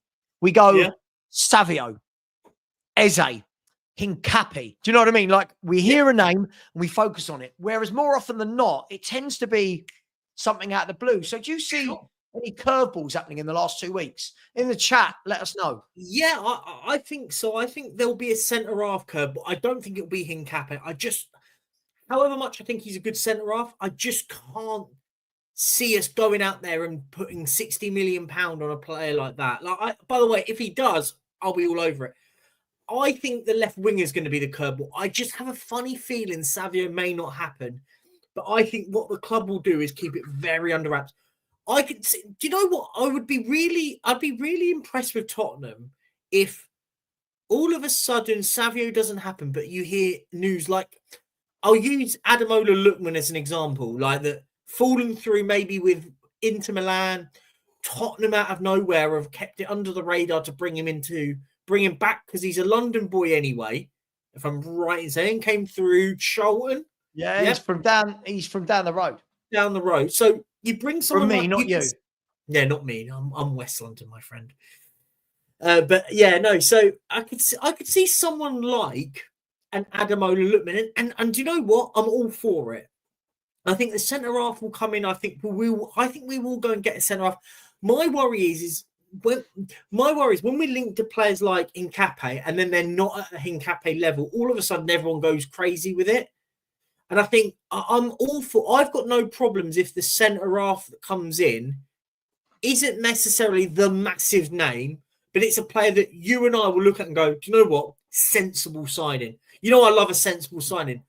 I'm trying to think of a name. Go on. Would you like to know what Matt Laws just said? Again, I would love to know what Matt Laws says. It depends how much credit you give it. By the way, I like this. Big up, E. Big up, my man. He said, sources close to negotiations. I love this. The source. You know the sources. You know they sit in the corner of the room like the ketchup and the mayonnaise. Sources close to negotiations believe that Tottenham are edging. There's the word. Edging their way towards clinching the signing of Perchy Eze from Palace in a deal which is expected to be finalised under £60 million. So whether you believe Matt Law or not, There's another one. There's another one. So my chairman is about to go and get Eze. My chairman is about to go and get Eze for 16 million quid. Let that sink in. Now I'm all for that, but if that happened and it is 55 plus 5, oh, here we go. Don't. You do realize I have access. I will put the others up about you on it if I have to. Don't try that one. Like there that. It is. Someone said you look like you look like there. See, my chairman. Big up Lubo, my chairman. Yeah, but it's Vinay who's getting Eze done, mate. It's Vinay. It's all Vinay. Vinay. All these people saying Levy out. It's Vinay if the deal doesn't get done this time, guys. It's Vinay. Or was it Vinay starting it and Levy's had to fly in all the way from the Americas to go and get a deal done? What a chairman that thinks about me as a fan.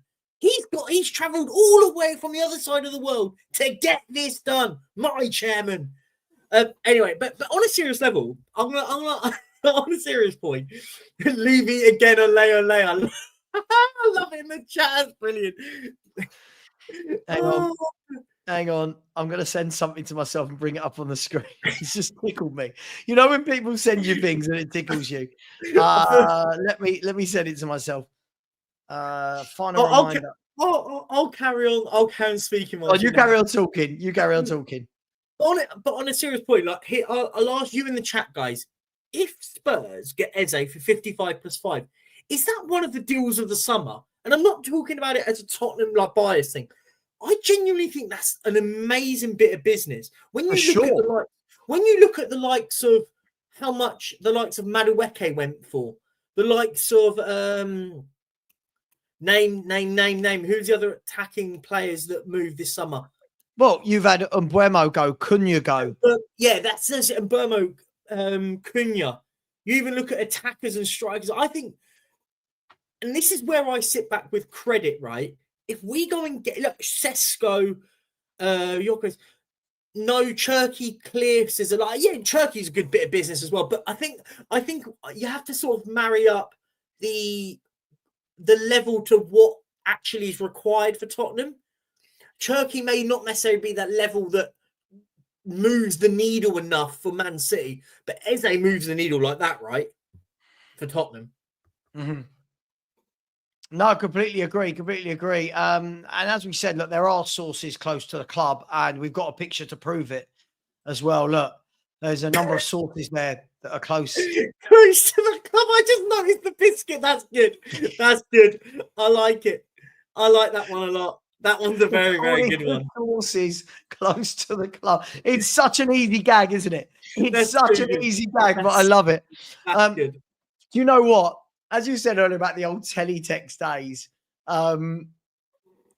it was back in the day. I remember I'd come home from school and it'd be like, let me put teletext on to see if anything's happened.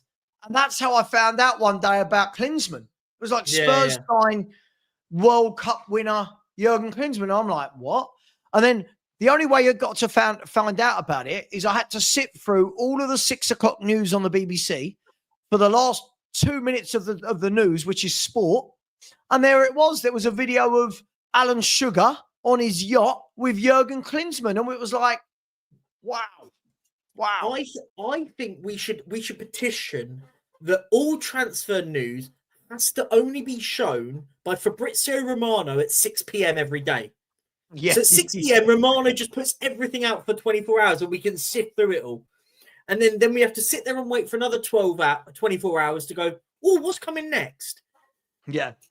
Can you imagine the views at 6 p.m? The internet will break. Every YouTuber's live in the world just like, just to hear Fabrizio Romano say, well, they're interested, but it's not an easy deal. All right, Fabrizio, what about this player to Everton? Well, I know that Everton, they're big fans. They've made contact, but it's not an easy deal to do. And clubs can only announce them like 5 minutes after the 6 o'clock if they've signed someone. So everyone just starts announcing players at the same time. Oh, how we laugh. Listen, Rodgers is another name people are talking about. I think that I think that we're going to be looking at a massive fee to get Rodgers out of Villa. Let's be brutally honest, right? They've just got £44 million for Jacob Ramsey. Yeah, exactly. How much are they going to charge, right, for Morgan Rodgers? Now, bearing in mind, Jacob Ramsey is pure profit on their PSR. Mm-hmm. How much would they charge for Morgan Rodgers? I reckon 80, 85.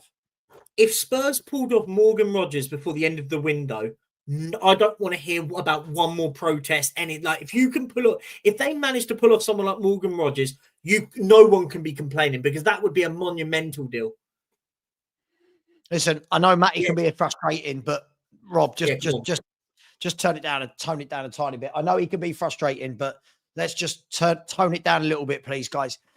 Yeah, listen, by the way, I'd love Rodgers, but what I think people need to understand, Spurs can go in and have massive ambition. I've always said this. Doesn't mean you're going to get every player you go for. Of course. It doesn't mean. If Spurs rock up to Aston Villa right now and go, we want Morgan Rodgers, Aston Villa, I think, would turn around and go 90 million, 85 million. Take it or leave it. And then what will happen is reports will come out going, Spurs inquire about Morgan Rodgers. Then if the deal doesn't get done, Spurs weren't serious. There are caveats. There are certain transfers I think that shouldn't apply to, like the Kudus deal. For me, there was never a reason not to get it done. Right? I think. Do you know what? If there's quality. The thing is, for me, there's quality out there. There is definite quality out there.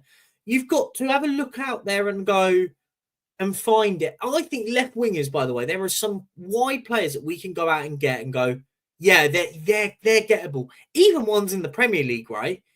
You could knock on the door for someone like a Matoma. You can look on the door for, even someone like a Damsgaard can play out on that left-hand side if you needed him to.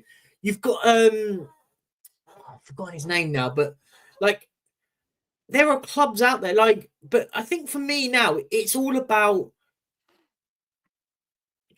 I think you can go and get a deal for anyone. I think even if it's Ademola Lookman, I've gone back to him, I've used his name a bit, but we've just got that news that the whole Inter thing's slowed down. Go and test it and go, do you know what? We'll have a conversation, see what can be negotiated there. Because if Man City are holding back on Savio, he's not the only left winger out there that I want, right? I think people need, and I think you made the point earlier, was when people go, once that name's there, he's the only one that matters. Yeah. And there's so many out there you can go and get. Yeah. I completely agree with you, man. It's I get it, and I'm as frustrated as the next person. I am as frustrated as the next person. But you know what? How much of that frustration is just going to fade away when we get the here we go on Eze? How has Danny got the link? I sent it to him. Oh, I was going to say, how on earth has Danny got access to my channel? I was like, is my channel just like Bonnie Blue? Is it just wide open for all channels? Like, what are we doing? And Danny Kiriakou sent me a picture the other day, and it was a line of people waiting outside to all take turns on Bonnie Blue. Do you remember? Remember, Danny? I sent it to Perchy as well. And he said, "Is that you at the front of the queue?" And the bloke looked I haven't seen that one. You did say 10% like me, and it was just like. Do you know? It's because someone, literally some random person, I don't even know who it was, said, "Is this Savva in the line for Bonnie Blue?" I looked at the photo and I was like, "Oh my god, it actually looks like him." God, Bonnie Blue. So, Danny, talk to us. First and foremost, you lot smash the like button. Thank you very much. Just quickly before, we've got another member. Big up to Arav Jory. Big up to you, Arav. You are now welcome to all of the channel member only shows. So thank you very much for your support. I really appreciate you, my friend. Thank you very much for that. And of course, to Rodney Roberts, always in here being very generous. Said, big up, guys. Unexpected curveball. Johan Wisser. Well, listen, let's talk about him in a second, Rodney. I'll come back to this in a second, Rodney. Big up to you, my man.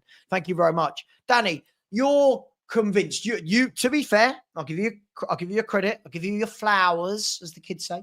You've been convinced the whole time that Spurs do get both Savio and Eze. As of the 18th of August at 7:38 p.m., neither have been done. Are you still saying we get both?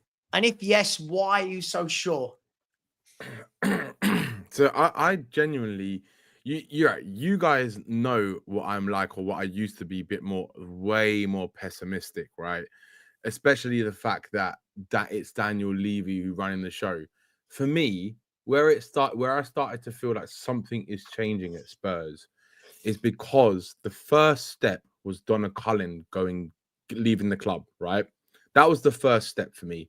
Then when you see Peter Harrington come on board, and then when you see Vinay come on board, everything is starting to make sense. Then you start to see Vivian Lewis, who you've never really seen at Spurs ever, right? Who is, if anyone doesn't know, is Joe Lewis's daughter, right? Yeah.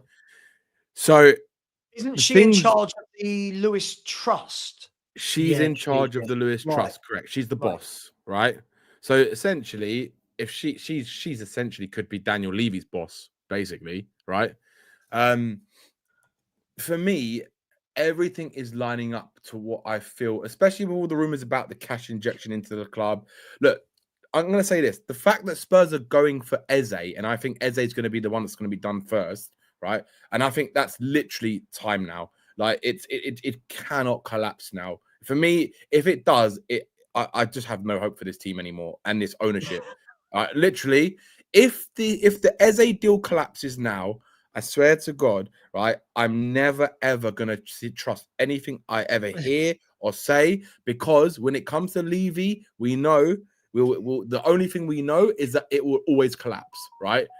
That'd be funny. For me, though, right, Eze is a matter of Palace getting their replacement and he's coming to Spurs. That's simple as.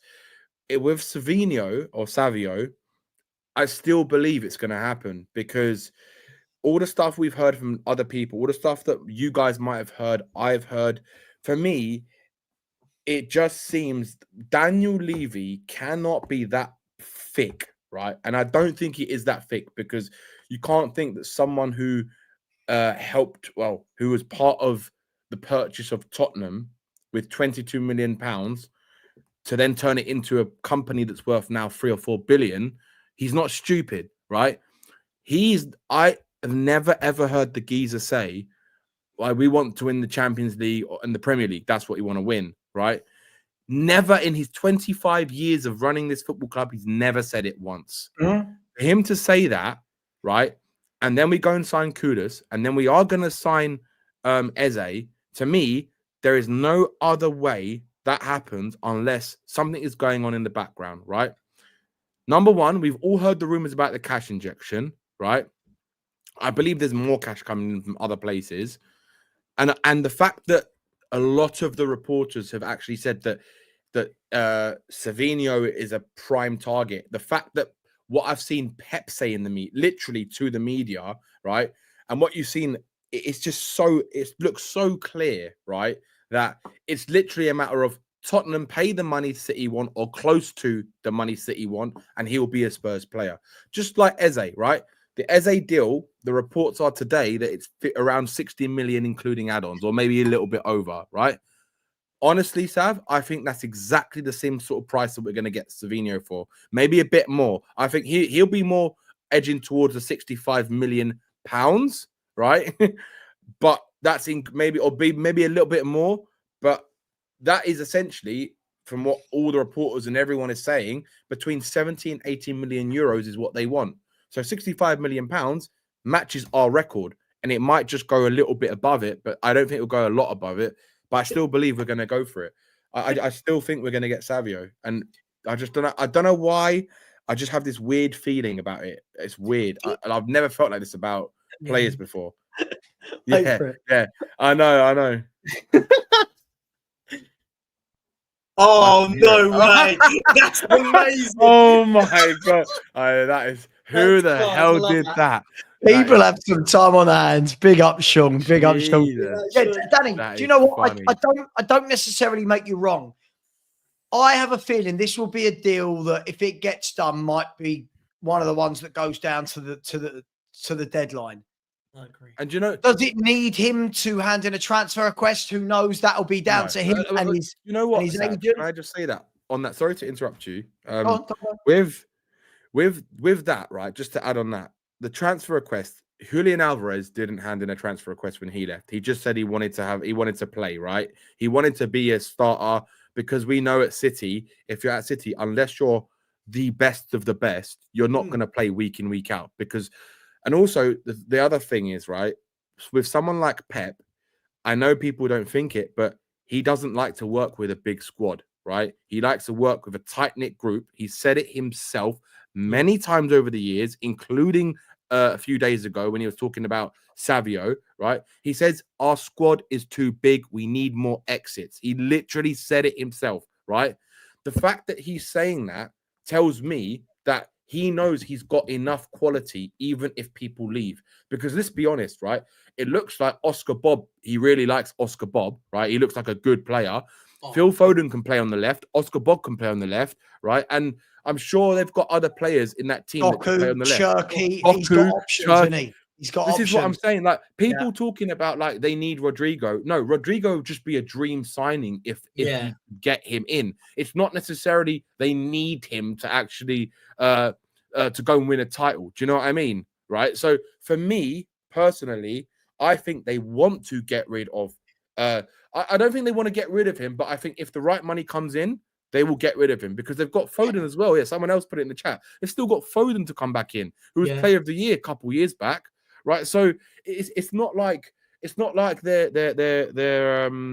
skimping for signings, skimping for players to play on that left hand side, right? But Danny, isn't it more the sense of you? I think you've got a point though. Like, I think this is the point with me when it comes to Savio, in the sense of they're going, well, we're not going to sit there and complain if we're not going to complain if he stays, and we're not going to complain if he leaves. We will sit there and get the right price tag for him if we can, and we'll let him go. I think I'm with you on this. I genuinely think it will go to the wire. I think it all happened in the last week of the transfer window. I'll go back to sort of Eze for just 1 second. Isn't Eze the biggest Brennan Johnson back post tap-in that Daniel Levy could do? Like, all the talk about Daniel Levy, and we always hear this, but Brennan Johnson is like the biggest tap-in he could do. Go and get Brennan Johnson, go and get Eze in. It's almost like you're getting a player that everyone wants. Why? That's why when everyone kept going, oh, it's going to fall through. I think for Daniel Levy himself, getting Eze over the line is almost just an easy way of him to just go, do you know what? I'll go and get a player that everyone wants. And then no one can really complain at this moment. Get Savio, and we all start going, okay, I'm excited now. I'm excited this season. We've replaced our front three. Sorry, our front three. Yeah, no, that's good. Like, minus the striker, but our three attacking players, we've got an upgrade on every single one of them. Isn't that everything that we've asked for? Well, the thing is, Perchy, right? The fact that things seem different, right?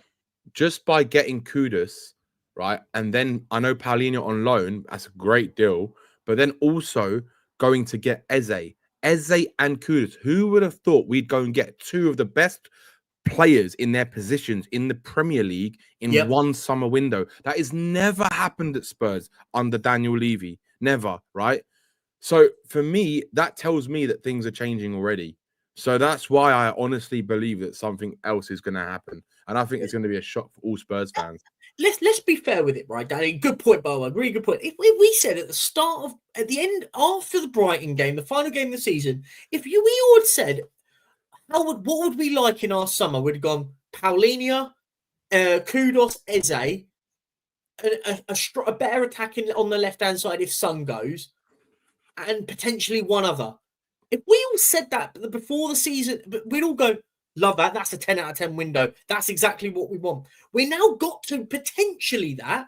There could be a couple more down the line that we need. And now there's certain people already moaning, going, oh no, we still need more. We still need more. I'd love to. This is why, when I always say, Sam, I say to you, I said, you need to sort of grasp people's opinions a few months before things happen to grasp where their position was to where it is now, because it feels like at the moment there is certain people going over the top. I'm going, if you had said we were going to go and sign 3 new attacking players that get into our first 11, we'd have all gone, nah, no chance Daniel Levy does that. No but chance. not just that, Perchy, the level of players that they're bringing in. Another good point, yeah. It's not just because we could have said, yeah, they would bring in free new attackers. I wouldn't doubt that, but it's the quality they're bringing in. That's the difference. Yeah, exactly. You haven't seen this like this before. Agree. And I think people just need to just wait for things to happen. And if they don't happen, then I have no issues people having a problem. But jumping the gun early, almost for me, just seems a little bit backwards and a little bit. You know what? I'm going to call this, right? When Eze signs, he's going to get given the number 7 shirt. And when Savio signs, he's going to get given Ledley King shirt, the number 26. I was thinking if he got 26, that's massive from the football club, because no one's had the 26 since Ledley King retired. But could you also imagine he'll be the record club signing at the club, because that's what it's going to take to get him out of the club, out of Man City, true. Right? Apparently, from Romero and other big reporters are saying that he's been a top target from the beginning of the window, right? So if he's been the top target, right? Eze wasn't a target until Maddison got injured. True. So if Savio is the top target, then to me, Sean's fantasy of having a player that's have a wage structure broken, right? Or sorry, the new highest paid player, which it might look like it's Romero now, plus no, it is Romero. It's confirmed. Plus a record transfer, which I think it's going to be Savio, right? I honestly think that's going to happen. And I think he's going to get given the number 26 if he signs for Spurs. So I'll ask you guys. I'm calling it now. And that's what I'm going to say. I'll ask this, and the chat can play along with this one as well, right? I'll ask this question out to you guys. Let's just say, hypothetically, we sign Eze, we sign Savio, and we sign one other, maybe a centre-half or one other, right? With that window, what would be expectation, or what would be your level where you go, do you know what? I can see us getting here. I'd love to know what people's thoughts are on that. But sorry, just quickly before, can I just say how crazy it is that people lose their minds? Graham Bailey, right? Great. What has Graham Bailey got right all summer? Graham Bailey says that Spurs like what are we doing? You know what are we doing here? You know the guy who first reported it. What's his name, guys? Guillem Balaguer. Yeah, Balaguer, right? He's basically the equivalent of Graham Bailey now these days. That's how bad he is. Look, I think people are getting a lot of influence because he speaks a lot with Pep. He's very close with Pep. But equally, like, for example, you do realise clubs use these guys to push a certain narrative. They're not going to... Manchester City aren't going to push the fact of we want to sell Savio. They're not going to push that narrative because they're not bothered if they sell him or keep him. No. But let's be fair. But it's funny, isn't it? Because people jump on what he said there, but not jump on what other people have said, that Pep isn't going to stand in the way of Savio if the right deal comes along. So you've got to take a little bit of pinch of salt with everything, right? But also Pep's kind of said it himself. He literally said it the other day. Yeah. He literally said that he wants him to stay, but the player wants to go, right? He's not going to stand his way as long as the clubs agree a fee, basically. It's basically what he said without saying it. He indirectly said it, right? So he is coming from his own mouth, not some like 7th-rate journalist or something like this. It's coming from Pep himself. Go on. Thank you. The Athletic are reporting that is it Matt Rule from the Athletic is reporting that Crystal Palace have reached a total agreement with Leicester City for Bill out. Yeah, I saw that. El Khanous. 27 or 28 million, isn't it? Look, guys, whenever I read out a report from a journalist, I never ever say it as fact. I will never ever go, there you go. There you go. You're saying here we go, Savva? Yeah, here we go. Here we go. I said it first. Let me try and find that person on what is it, Matt's? Yeah. Raw. I will now. Shall I carry on speaking? It might even be under the Here we go. Athletics account. Hold on. Here we go. So this is what Matt Rule has said. So Matt Rule, typical broke. See, I don't know. Is this real? I never know. I never know anymore what's real, what's not. I don't know if it's real. But he has reported that a deal has been agreed. I guess we'll wait and see if it comes from anybody. You'd expect a deal to be agreed with relegated Leicester and Palace. Let's be fair. El Khanous wants to play in the Premier League. He will get that at Crystal Palace and play in Europe, which he also would want to do. I can't see how a deal doesn't get done with those two teams. But no, I also can't see how the Savio deal can't get done, if I'm honest, because I someone agree. put it in the comment, right? When you actually go through Man City's attackers, right?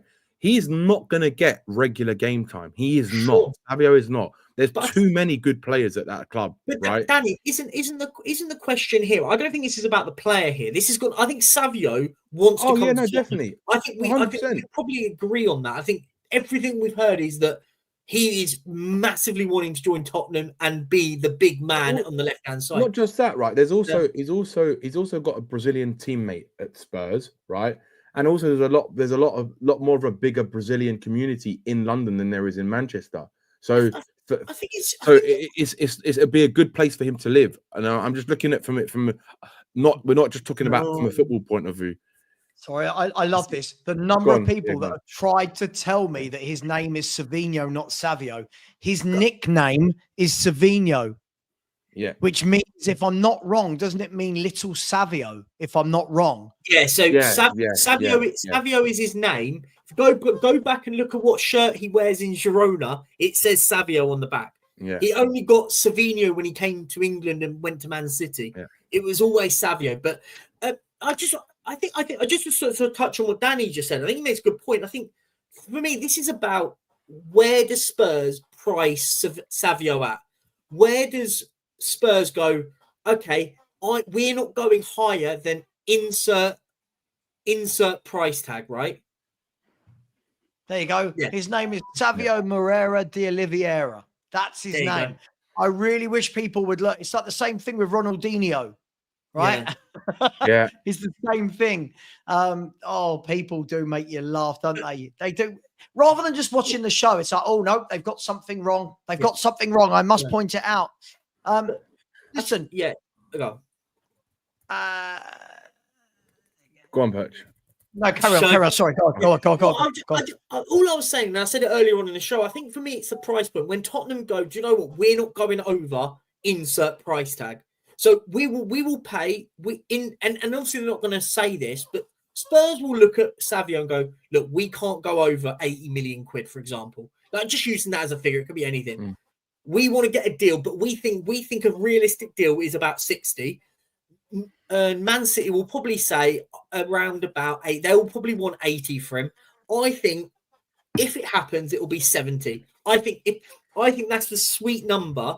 That if Spurs, what euros? You mean 70 million euros? 70 million pounds, euros, whatever the actual. I don't think it'll be 70 million pounds. I think it will. We're talking.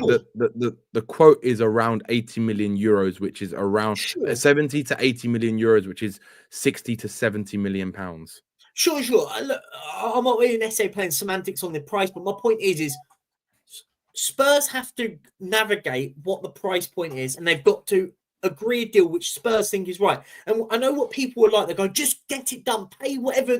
But you can't just go out and do that. That's not how it works in football.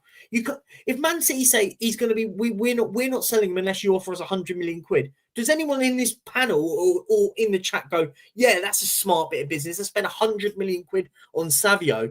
Like, I think it's about getting the right price point. But equally, the last part of that is, for me, is Spurs have to know the right time to walk away if it's not getting anywhere.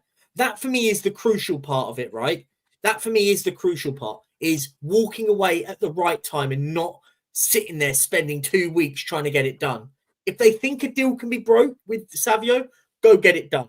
If they don't, and they think that they're miles away from what Man City are saying is the price point, go look elsewhere. I think, for me, that's the key bit. That's where I want to see us proactive. We're so not used to acting like this that we don't like these are basics. These are Of course basics, they aren't are. they? Of course If they are. Chelsea, City, Liverpool, okay, we can't get that player. Cool. Who's next on the list? Agreed. I think, as I said earlier in the show, and I'm going to wrap up in 1 minute, guys.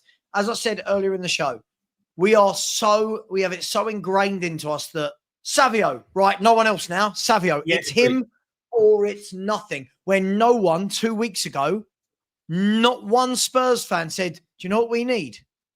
Savio. Now, don't get me wrong. I love the guy. I'm all over it. But if it's not Savio, go and show me who else it is. Go and show me who else it is. Because I don't want to go from, it could have been Savio to Matisse Tell starting on the left wing or Brennan Johnson, with all due respect. But guys, I need to do a couple of super chats and end the show because I've got to start the Spurs 5. By the way, there's 850 of you in it. I am going to send you all over to the Spurs 5. So just stay where you are. Big up to Rodney. Thank you very much for this, mate. Wisser, mate, I would love, it looks like Newcastle have got that written all over him. I think if he goes there, he's probably going to be the Isak replacement, if we're brutally honest. And we've got Super Richarlison now that everyone's waxing lyrical about. So it is what it is. Big up to you, Rodney. Big up to Tottenham Trev. So what happened? You lot look happy as pigs in shit. Yes. Hopefully here we go very, very soon. Knowing my luck, it will be tomorrow while I'm filming. I've got not filming on YouTube while I'm filming out on location. I've got this horrible feeling it will drop the one day I don't get to do a morning show. Big up to you, Tottenham Trev. Really appreciate that. And big up to Michael, who said, are we now back to Poch levels under Frank? Well, we're back to having a coach. We're back to having a guy that doesn't embarrass us in press conferences. And we're back to having a guy that I think most fans will find very likable. Thank you very much, Michael. Guys, girls, I am going to leave it there. Thank you very much. Please come over and join us on the Spurs 5. When you get over there, type in Savva Raid. Really appreciate that. Take care. And as always, come on, you Spurs.